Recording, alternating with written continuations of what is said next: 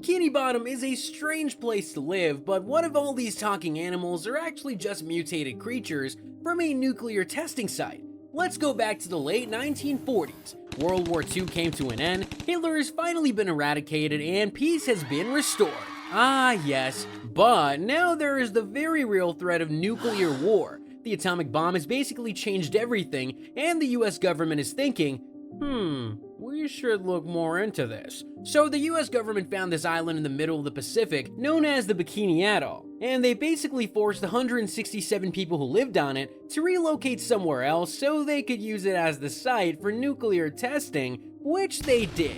The site became the location for 23 nuclear tests until the world eventually realized that these weapons, as it turns out, are pretty dangerous. Who would have thought? So what does any of this have to do with mutant sponges and astronaut squirrels? Well, Bikini Atoll just happens to be exactly where Bikini Bottom is located, a fact that SpongeBob's creator Steven Hillenburg has confirmed, which means SpongeBob SquarePants is just a show about a bunch of mutants. It's like Underwater X-Men if Professor X was a crab who just really loved money, and wasn't in a wheelchair, and spoke kinda like a pirate. Think about it though, the show follows SpongeBob, a sponge who lives underwater. Okay, sure, there are sea sponges, it makes sense, but he does not look anything like a sea sponge. But his parents do, which probably raises some uncomfortable questions for them. But think about the kind of thing that makes the news so often today. The oceans are full of pollution, full of plastic and clothes and fabrics, stuff like shoes, abandoned dresses, and kitchen sponges.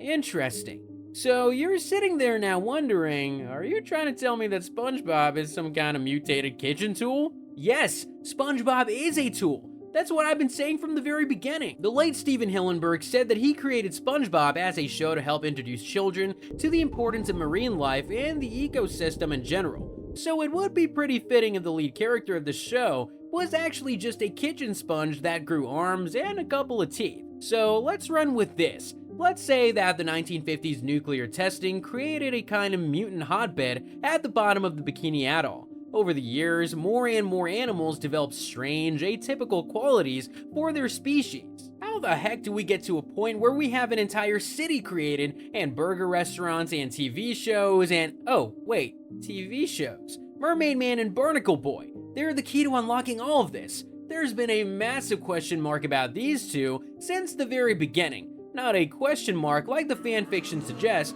but a question mark about how these two survive at the bottom of the ocean generally. How do they breathe, or move, or fight crime, or even understand what all these talking fish are saying? The show's official answer to these questions is simply that Mermaid Man and Barnacle Boy were living together. Again, not like the fanfictions, and they were making popcorn together. But the popcorn stayed in the microwave too long, became radioactive, and somehow gave them the ability to breathe, speak, and generally live underwater. How did they discover any of that? Look, some things are better not knowing, but it just doesn't make sense, because even if that was the case, even if the popcorn allowed them to speak and breathe underwater, how did they become as small as they are? Numerous episodes have shown that they're as big as SpongeBob, and according to the movie, he's about the size of a single one of David Hasselhoff's pecs. And I've never measured one of the Hoff's pecs, nor have I googled it in a way I would like to admit, so I have no idea how big that is. But I'm betting the Hoff doesn't have 6-foot pecs, so it all just makes me wonder, where were Mermaid Man and Barnacle Boy during the nuclear testing? Again, we know that in real life, the US government gently forced the inhabitants off their home island,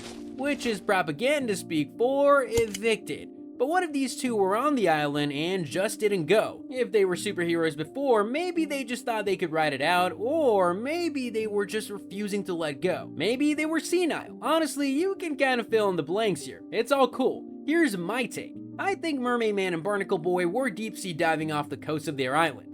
They didn't know there was a test about to happen, so they're out diving and having a great time. They see a dolphin, it's exciting. Suddenly, bam! This bomb hits the atoll, and the force of the explosion is so great that it just propels them all the way down to the base of the ocean.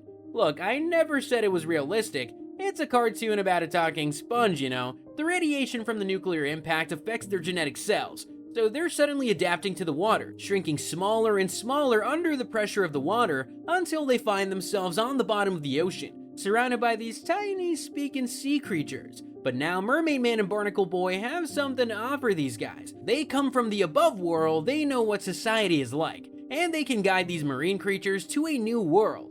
So they end up building Bikini Bottom and influencing it. That's how you get boats, apartments, houses, and restaurants. It's just an idea, but it makes more sense to me than having them suddenly learn to live underwater because they had some slightly nuclear popcorn. Okay, so we have that all figured out, but now we have to address another issue. So we know how the mutated animals came to be. We know how, well, we know a version of how Mermaid Man and Barnacle Boy ended up in this world, but what about Sandy? Her inclusion in Bikini Bottom has always been so strange. How does a squirrel end up at the bottom of the Pacific Ocean? Amazing question. I'm proud of myself.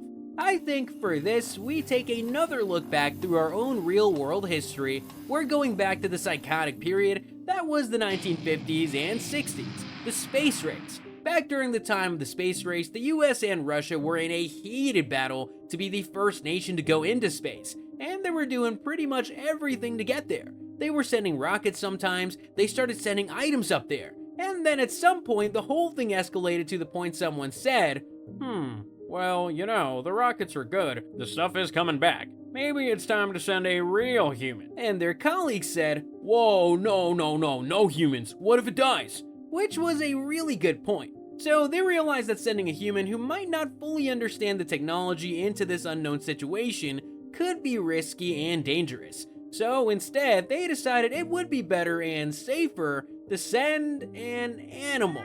Sure, so between the 1940s and 1970s, we saw multiple nations sending live animals into space in hopes of somehow breaking new ground. Dogs, monkeys, rabbits, cats, you name it. Even fish went up there. And the death rate, would you believe it, was very high.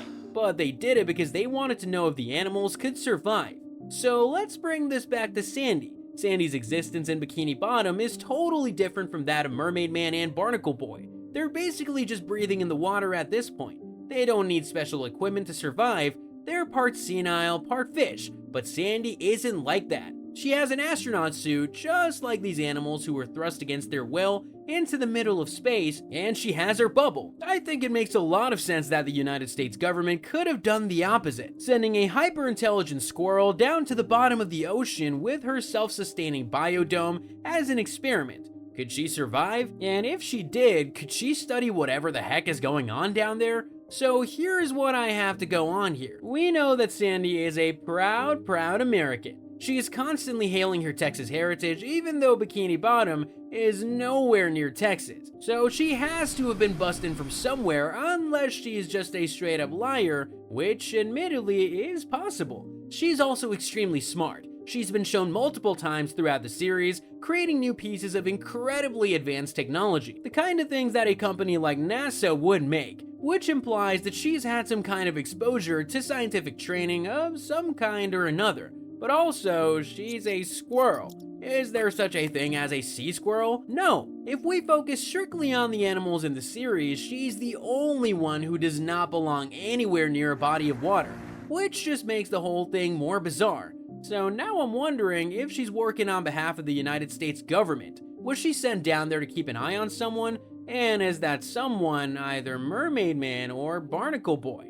Mermaid Man and Barnacle Boy are shown to be senile. They don't remember the ends of their sentences, let alone anything else. But if they were working on behalf of the US government at the time of their mutation, maybe that's something to pay attention to. Maybe that's something the US government wants. So they sent down their best squirrel to keep an eye on them. I know how ridiculous it sounds. I don't care. And she feeds back all of the information to her home, Houston, Texas, where NASA's Mission Control Center is based. Oh my god, it cannot be more perfect. So there we have it. Bikini Bottom was created as part of US nuclear testing. Mermaid Man and Barnacle Boy became superheroes because of it. And Sandy is there monitoring everything and reporting back. It's a totally normal, not unhinged theory. It's a hinge theory. What do you think? Are the residents of Bikini Bottom mutated beings trying to survive in a nuclear wasteland? Is Sandy Cheeks a deep state spy? Ooh, I need to lie down after this one. I don't know what to believe anymore.